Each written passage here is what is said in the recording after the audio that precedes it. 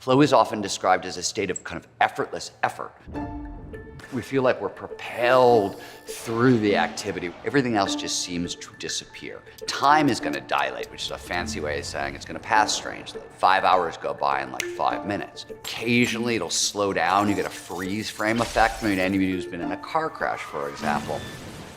Intuition tends to get turned up a lot. This is a basketball player in the zone, seeing the hoop, and suddenly it's as big as a hula hoop. And our frown muscles tend to be paralyzed. And what that frowning is a sign that the brain is doing work. This is a constant issue in my marriage where my wife thinks I'm mad at her or somebody. And I'm like, no, I'm just thinking. This is just me thinking. I'm in robot mode.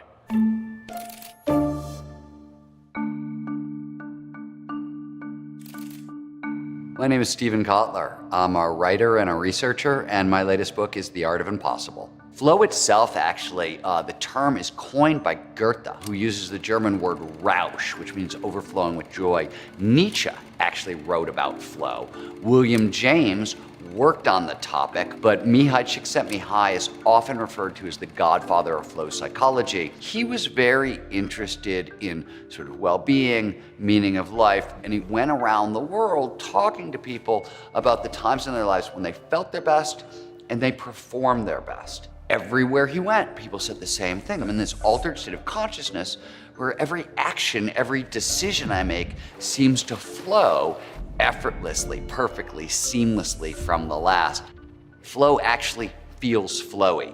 More specifically, it refers to any of those moments of rapt attention and total absorption. You're so focused on the task at hand, so focused on what you're doing, everything else just seems to disappear. But one of the things that athletes talk about a lot is what they call the voice. Often when I'm skiing in flow, I will get directions, right, left, do this, do that, and it's very quick. You either do what the voice is telling you to do, or you tend to crash.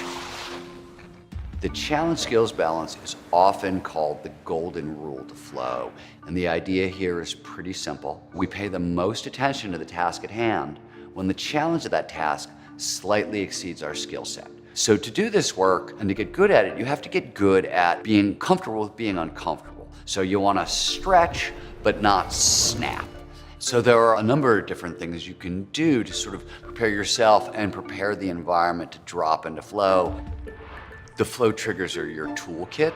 22 of them have been discovered. There are probably way more, but so far researchers have identified 22. The most basic of flow's triggers, complete concentration. You really want to sort of start your work session, if you can, in relationship to your physiology. I like to wake up at 3:30, 4 o'clock in the morning. That's when I'm most awake, most alert.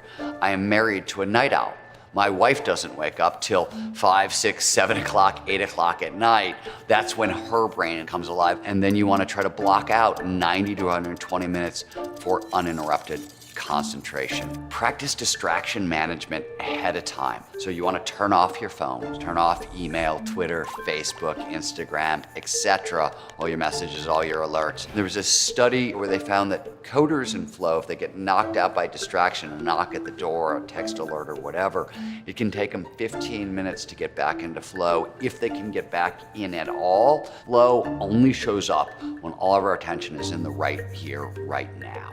One way to kind of explore flow triggers, there's a cluster of them that are predominantly dopamine triggers. They drive focus, they drive attention, they drive alertness, and excitement. And there's a lot of different ways to get dopamine. Novelty produces dopamine. We see the same thing with unpredictability, complexity, the experience of awe. You look up at the night sky and you see stars everywhere, and you know those stars are actually universes, and you get sort of perceptual vastness. If you've ever done a crossword puzzle or Sudoku, you get an answer right, that little rush of pleasure you get, that's dopamine. And then you usually get a couple of answers right in a row. That's because the dopamine that is now in your system is amplifying pattern recognition. We get that same dopamine from risk-taking. And this could be physical risks, emotional risks, social risks, intellectual risks, possibly spiritual risks. We get the dopamine not as a reward for taking the risk, which is what some people used to believe, but now we know it's to kind of drive motivation. Now, there are lots of different intrinsic motivators, but from a motivation standpoint, there are 5, and they're all designed to be built into one another and work in a sort of specific order, in a specific sequence. The most basic human motivator is curiosity. One of the things we get from curiosity is focus for free. When we're curious about something, we don't have to struggle. We don't have to burn a lot of calories trying to pay attention to it. Curiosity is designed, biologically again, to be built into passion. And think about, we've all fallen in love, how much attention you pay to the person you're falling in love with. You can't stop thinking about them, can't stop staring at them. That's a tremendous amount of focus for free. Now, passion is incredibly useful, but as a motivator, you can go one better, which is purpose. Everybody wants to talk about, oh, I have a purpose and it's this big altruistic thing and it's good for the world, and all those things may be true, but from a peak performance perspective, it's very, very selfish. Once you have purpose, the system demands autonomy. I want the freedom to pursue my purpose. And once you have that freedom, the system wants the last of the big motivators, mastery.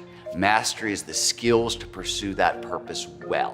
One of the really incredible things about being human is we're all built for peak performance. Flow is universal in humans. It's actually universal in most mammals, and definitely all social mammals. There's a shared collective version of a flow state, a team performing at their best, a group performing at their best. This is called group flow.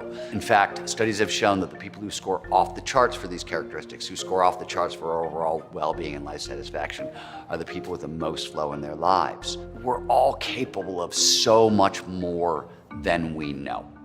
That is a commonality across the board. So it's the largest lesson that 30 years in studying peak performance has taught me. And the way I sort of like to think about it is motivation is what gets us into the game. Learning allows us to continue to play. Creativity is how we steer. And flow, which is optimal performance, is how we amplify all the results beyond all reasonable expectation. Get smarter, faster with videos from the world's biggest thinkers. And to learn even more from the world's biggest thinkers, get Big Think Plus for your business.